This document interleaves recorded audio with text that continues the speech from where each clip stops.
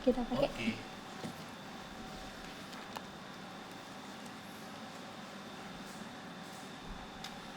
Halo Sobat Apoteker Indonesia, bareng saya Apoteker Nindi di Ngobat Ngobrol bareng Apoteker.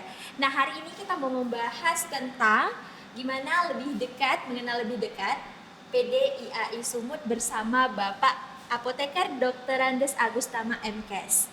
Ya, saat ini Bapak sedang menjabat sebagai Ketua Umum PDIAI Sumut tahun 2019 sampai 2024. Kelahiran Medan ya Pak, tanggal 11 Agustus tahun 1959. Ya gimana kabarnya hari ini Bapak? Insya Allah kabar baik. Alhamdulillah. Nah, mau tahu dong Pak kesibukan Bapak akhir-akhir ini apa sebagai Ketua PDIAI Sumut nih? Baik, gini. Saya kan sebelumnya itu sebagai ASN. ASN, itu ya. dari mulai tahun 89 dan 2019 kita pensiun. Ya. Jadi setelah pensiun kita banyak kegiatan di luar seperti ya mengurus PDIAI ini Iya. sebagai ketua, kemudian sebagai ketua di Farmasi USU. Kemudian ya saya pegang olahraga bela diri namanya Jiu-Jitsu. Sebagai ketua di khusus Utara juga. Ketua Jiu-Jitsu. Jadi, kesibukannya kita banyak bermain di organisasi. Di organisasi, memang dari dulu pengalamannya organisasi berarti ya Pak? Jadi kita memang senang gitu organisasi. Ya walaupun sudah pensiun, tapi tetap lanjut ya Pak?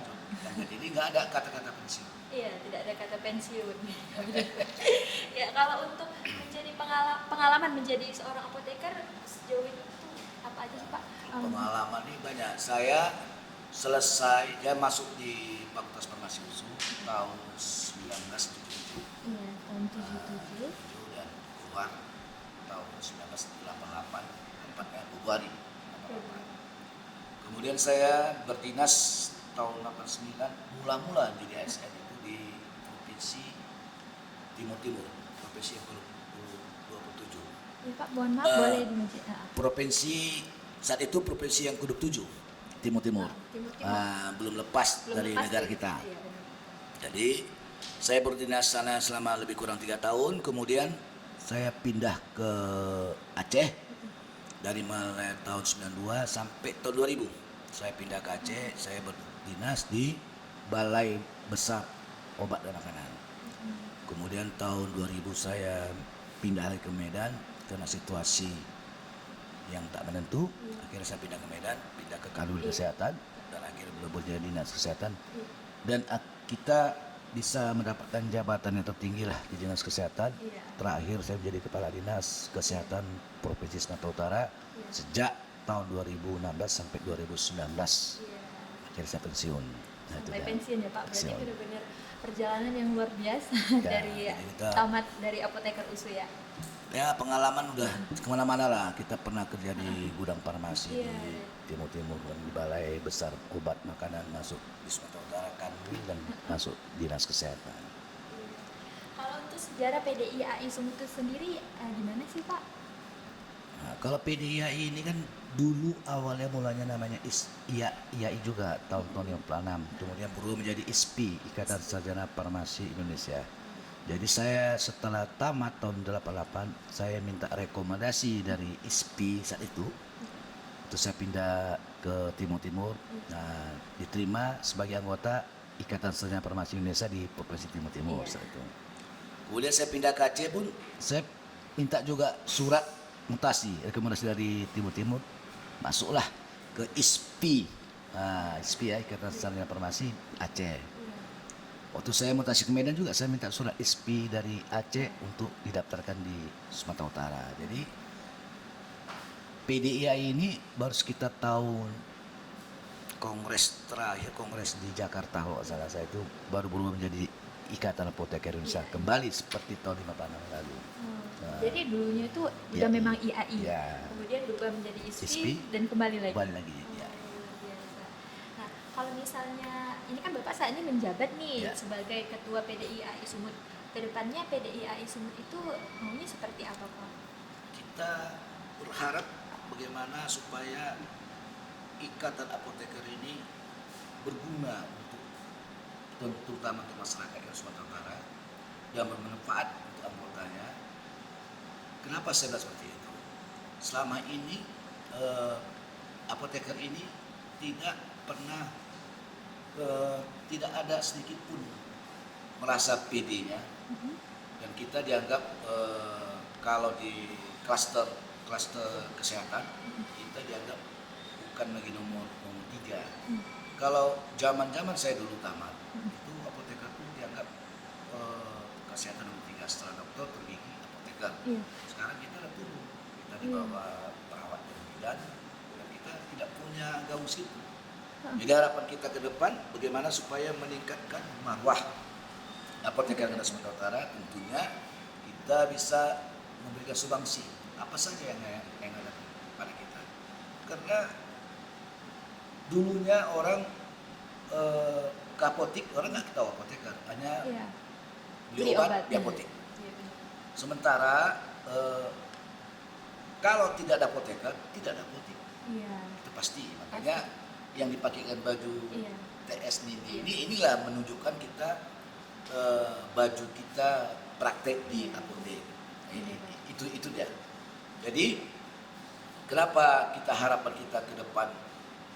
Kemudian ada lagi namanya sekarang ada program akun siap, sistem informasi apoteker. Ini sangat membantu, sangat kali membantu kita, sehingga kita mengurus apapun sekarang sudah cukup dengan masukkan aplikasi saja di akun itu, kita bisa melakukan apa saja. Kalau dulu kan kita harus secara manual menjumpai orang per orang, dan prosesnya menjumpai orang melambat.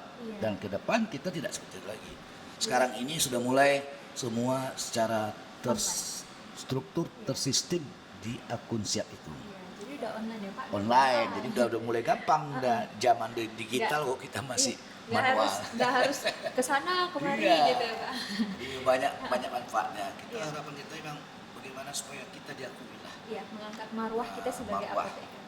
Dulu kan kawan-kawan pun bekerja di puskesmas bahkan tidak ada. Sekarang sudah sampai 20%. Dari 570 sekian puskesmas yang ada di Sumatera Utara, sekarang teman-teman sejawat sudah lebih 20% itu data yang diterima dari ketua Isparkesmas. Sudah ada 20% bekerja di puskesmas. Pak, mohon maaf boleh dideketin ininya aja, ditarik aja Pak. Iya. Kalau untuk jumlah apoteker sendiri di PDIAI Sumut itu menaungi berapa apoteker Pak? Kita di Sumatera Utara ini ada 24 pengurus cabang. Total semua ini kan angkanya kan fluktuasi ya, karena ada yang baru tamat, kemudian ada yang mutasi. Lebih kurang saat ini lebih 2.800 itu apoteker ada di Sumatera Utara. Lebih kurang ya. Karena setiap hari itu dia terus ada aja bergulir, ada mutasi, ada yang masuk, ada yang pindah, ada yang masuk, kemudian ada yang tamat. Kita di Sumatera Utara ini ada sekarang 5 yang mengeluarkan apoteker. Baik itu negeri maupun swasta. Negeri kita tentunya USU, kemudian swasta itu ada Grand Medistra, kemudian Deli Usada, kemudian Cuk Nyajin, satu lagi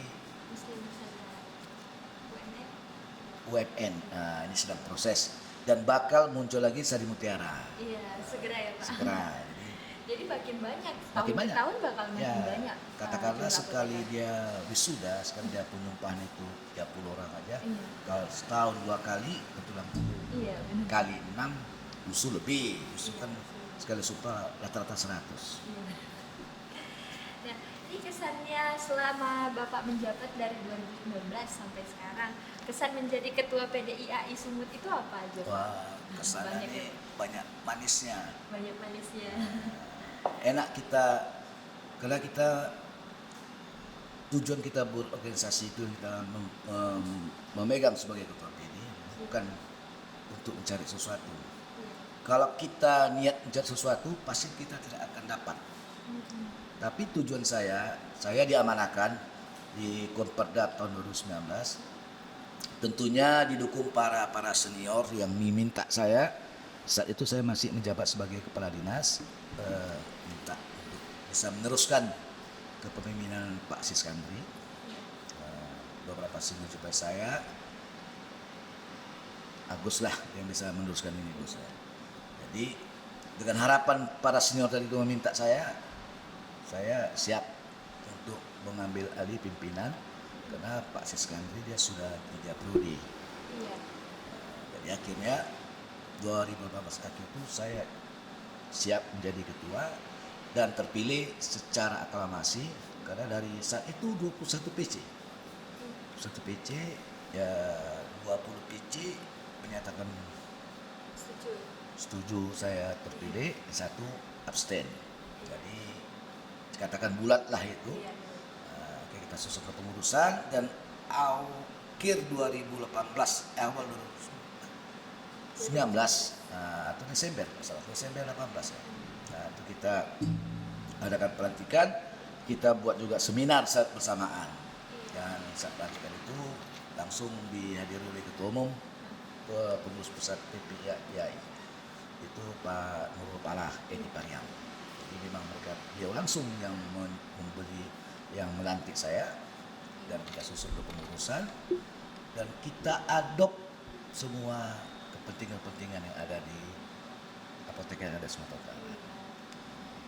Jadi memang lebih banyak kesan ya Pak. Ya, kata baik semua kali ada bulunya, enak. Jadi masa selesai dari Dinkes pensiun, Ya. saya Bapak tentunya itu ngerasa masih tetap harus memperjuangkan peran sebagai apoteker, Ya. nggak berhenti, benar-benar Kita harus life eksis. bener. Iya benar. Itu dia. Iya. Kalau harapan Bapak sendiri, tadi kan udah disebutin ke depannya pengen seperti apa. Untuk terkhusus di PDIAI Sumutnya nih Pak, Sumutnya mungkin tadi kan ke depannya pengennya IAI itu lebih dikenal, apoteker lebih dikenal. Kalau untuk khusus PDIAI Sumut, harapan Bapak sendiri apa? Kalau harapan saya cuma satu aja, bagaimana harus punya kantor sendiri. Kantor sendiri. Nah, selama ini kan kita menumpang ini Iya. di Fakultas Farmasi ini menumpang istilahnya nih. Iya.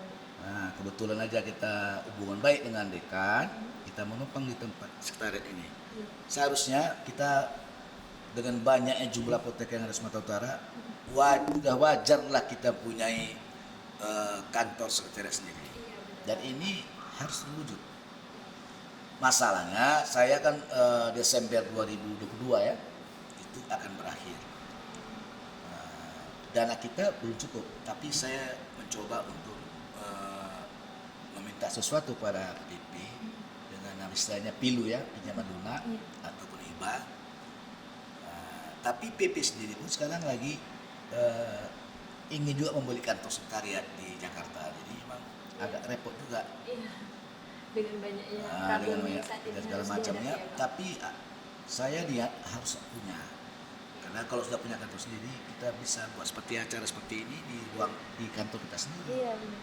di rumah sendiri Iya istilahnya. benar. Hari ini kita uang kita belum cukup untuk bisa mengadakan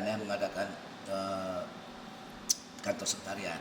Tapi saya yakin dengan banyaknya program-program yang walaupun dalam kondisi pandemi sekarang ini kita susah untuk offline, tapi dengan online ini kita mengadakan Zoom meeting itu dengan seminar-seminar bisa menghasilkan dana dan banyak kawan dari PDIA ini sudah mulai kerjasama dengan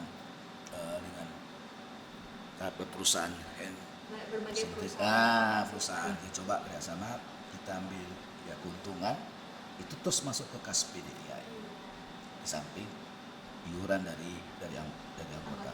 Dan harapan saya kemarin itu saudara minta kongres 2022 itu di Medan, tapi kita terlambat mengajukan proposal ke PPIAI Iya. sehingga kongres 2022 PPIAI itu jatuh di Lampung. Iya.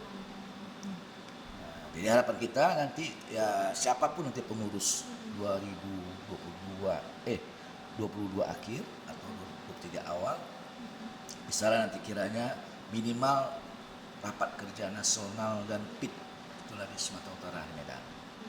Itu harus dapat. Iya, benar-benar. Nah, Jadi harapannya itu tadi kita yang penting punya kantor nih Pak. Ya.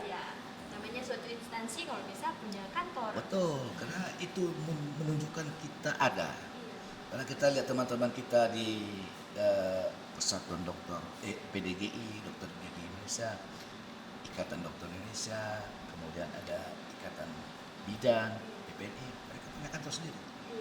Hanya kita yang belum. Ini terpanggil kita untuk bisa segera menyiapkan untuk kantor itu.